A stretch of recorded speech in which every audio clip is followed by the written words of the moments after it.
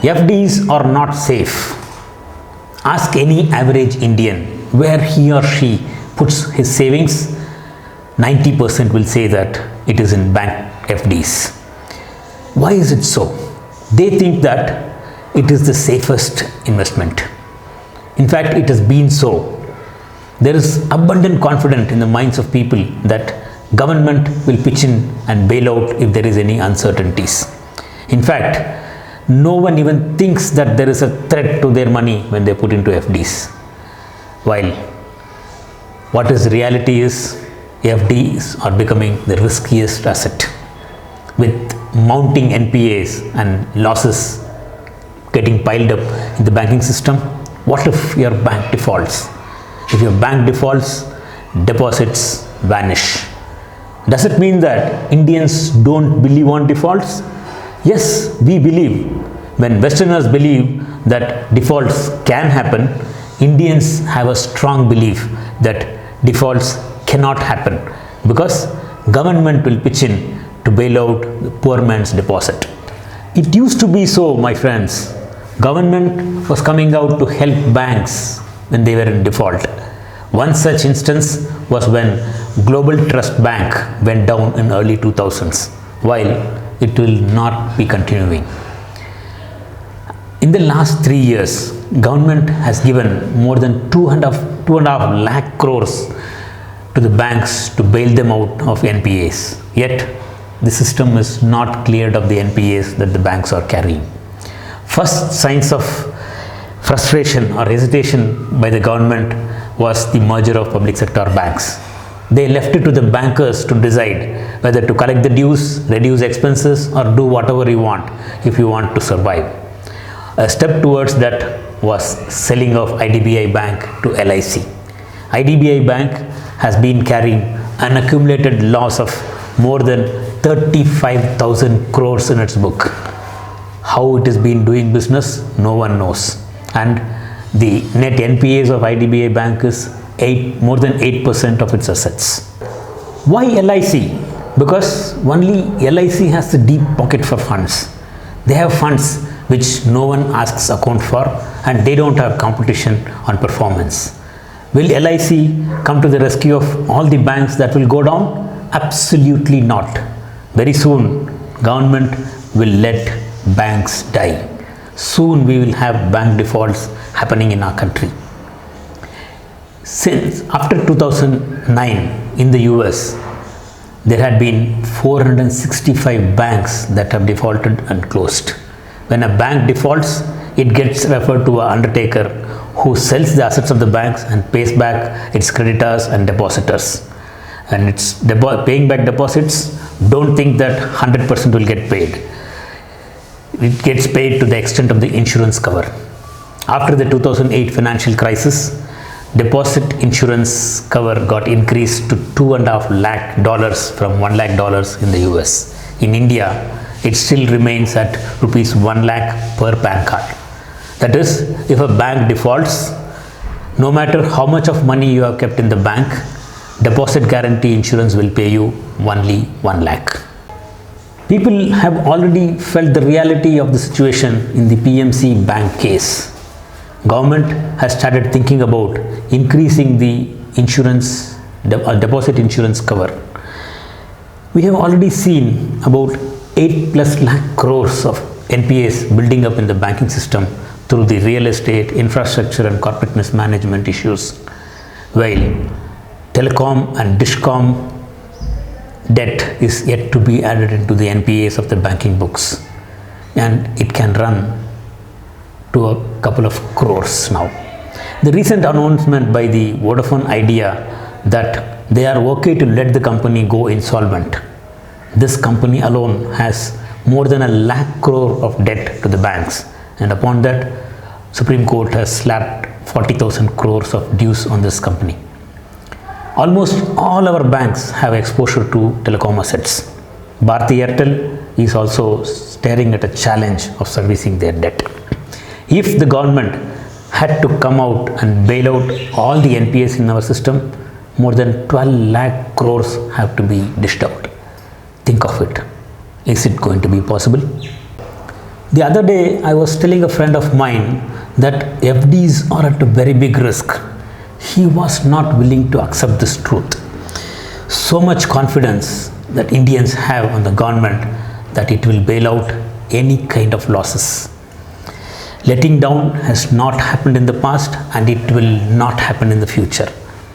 There is no guarantee that something that has not happened will not happen or should not happen in the future. Let's look at some examples.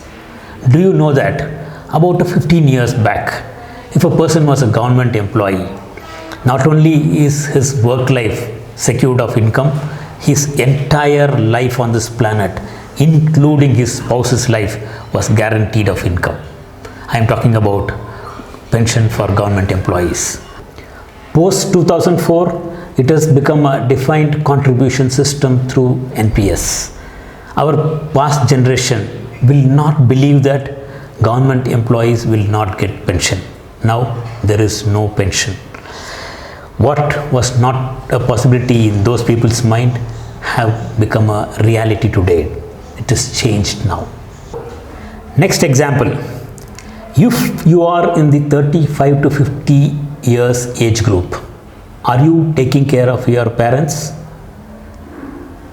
Chances are 50% of us would not, because dynamics of life has changed today. Now, take your parents. Were they taking care of their parents in their earning days? Absolutely yes. You would have lived with your grandparents in your childhood days. Am I right? Now, let's come to an even better reality. Do you believe that your children will take care of you in your old age? 100% not. Am I right? Today, none of the parents believe that their children will take care of them in their old age. If someone had told your grandparents in their childhood days that their children will not take care of them in their old age, they would have laughed out of disbelief. Isn't it true? Today, see the change, and we have accepted it. When what was impossible in a generation's mind has got changed and we have accepted it. Similarly, banks not paying their depositors will also become a reality. Can you see the risk that FDs are carrying? In the Western countries, people don't invest in fixed deposits because they don't believe that it is safe. They invest, or they feel mutual funds are the safest place to invest. Mutual fund AUM to GDP as a ratio is 91% in the USA. In India, it is only 7%. Most of Western world's savings go into mutual fund, and there is a reason for it. When you believe that your children will not take care of you in your old age, you need to build a big retirement corpus, and that retirement corpus is going to be long term. Where will you invest that money? In a place where it can have big growth, right? Even in India too, retirement corpus has started going up, and it has started slowly moving towards mutual funds. We shall talk about what is happening in the mutual fund industry globally, as this big chunk of retirement money is coming to them for investment in our next videos. Not all the FDs are at risk today. While one cannot invest the way we have done so far, put money into any bank, you have to do a check and find out if your bank will be able to pay you back. If suppose your bank has a 10% NPA, what it means is 10% of the money that they have lent will not come back to them.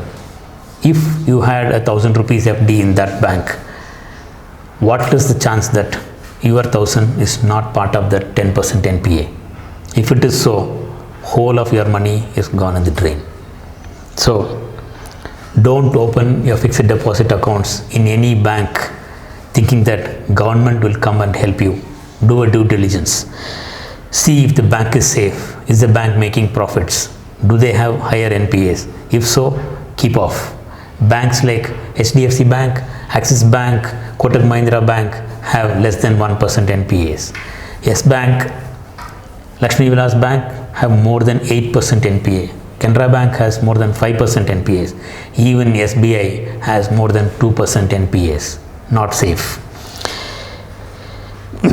If you had borrowed 100 rupees each from 10 people and out of that 100 rupees you had lost, whom will you not pay? You will prefer not to go public about your losses, right? If you do, all of them will come to you and ask their money back. You will prefer to sit quiet. Those who come to you the last will be the biggest loser. So be cautious. It is your hard-earned money. Invest it wisely. Thank you.